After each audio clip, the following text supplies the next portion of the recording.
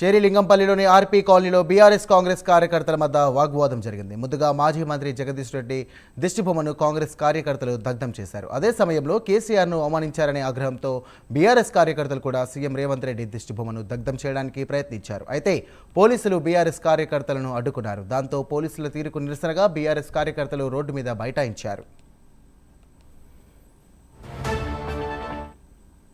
ఈరోజు కేటీఆర్ గారి పిలుపు మేరకు ఏదైతే జగదీష్ రెడ్డి గారు అసెంబ్లీలో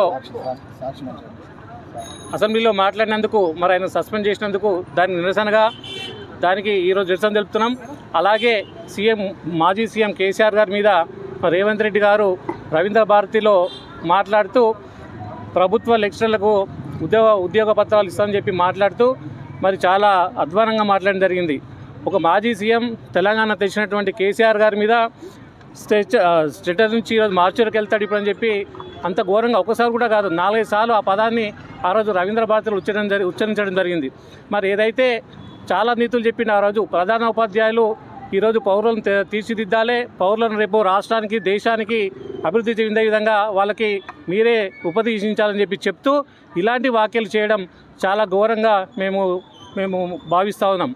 అలాగే ఏదైతే జగదీష్ రెడ్డి గారు అసెంబ్లీలో గవర్నర్ గారి దానికి సమాధానం చెప్పే విధంలో మాట్లాడుతుంటే మరి మిగిలిన కాంగ్రెస్ మంత్రులు వాళ్ళు అడ్డు తగిలితే దాని గురించి కరెక్ట్గా మాట్లాడినప్పుడు మరి ఏదైతే స్పీకర్ని ఉద్దేశించి మాట్లాడుతున్నాడు జగదీష్ రెడ్డి గారు దళితుడు అని చెప్పి పట్టించుకోకుండా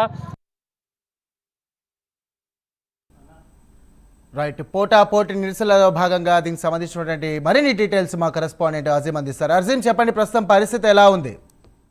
షేర్లింగంపల్లి నియోజకవర్గంలోని వివేకానంద నగర్ డివిజన్ లో ఏదైతే కాంగ్రెస్ టీఆర్ఎస్ నేతల మధ్య ఏదైతే వాగ్వాదం చోటు చేసుకుంది. అయితే ఈ రోజు ఏదైతే కాంగ్రెస్ పార్టీకి సంబంధించిన వారు ఏదైతే అసెంబ్లీ సమావేశాల సందర్భంగా మాజీ మంత్రి జగదీష్ రెడ్డి స్పీకర్ పై చేసినటువంటి కామెంట్స్ కి నిరసనగా ఏదైతే కాంగ్రెస్ కార్యకర్తలు ఏదైతే జగదీష్ రెడ్డి దిష్టిబొమ్మను దగ్ధం చేశారు. ఇక మరోవైపు బీఆర్ఎస్ నేతలు ముఖ్యమంత్రి రేవంత్ రెడ్డి దిష్టిబొమ్మను దగ్ధం చేస్తున్నారు. పోలీసులు వారిని అడ్డుకున్నారు. దీంతో ఇరు వర్గాల మధ్య కాసేపు అక్కడ ఏదైతే కూడా చెలరేగింది. దీంతో అక్కడ ఉద్రిక్త పరిస్థితి ఉంది. దీంతో పోలీసులు కలవేసుకొని అక్కడికి వచ్చి వారిద్దరిని సర్ది చెప్పే ప్రయత్నం చేసినప్పటికీ కూడా వారెవరు కూడా వినలేదు. బీఆర్ఎస్ పార్టీకి సంబంధించినటువంటి నేతలు ఎవరైతే ఉన్నారో వాళ్ళు ఏదైతే కాంగ్రెస్ పార్టీ జగదీష్ రెడ్డి దిష్టిబొమ్మను దగ్ధం చేసే సమయంలో మాత్రం వారిని పోలీసులు అడ్డుకోలేదు. కానీ మేము ముఖ్యమంత్రి రేవంత్ రెడ్డి దిష్టిబొమ్మ దగ్ధం చేస్తుంటే అడ్డుకున్నారని చెప్పి వారు పోలీసులతో కూడా దిగారు. దీంతో పోలీసులు వారిని అదుపులోకి తీసుకున్నారు. ఎదుటి మనం చూసినట్టయితే జగదీష్ రెడ్డి చేసిన కామెంట్స్ పై అటు కాంగ్రెస్ సంబంధించిన నేతలు అలాగే మార్చురికి సంబంధించి ఏదైతే సీఎం రేవంత్ రెడ్డికి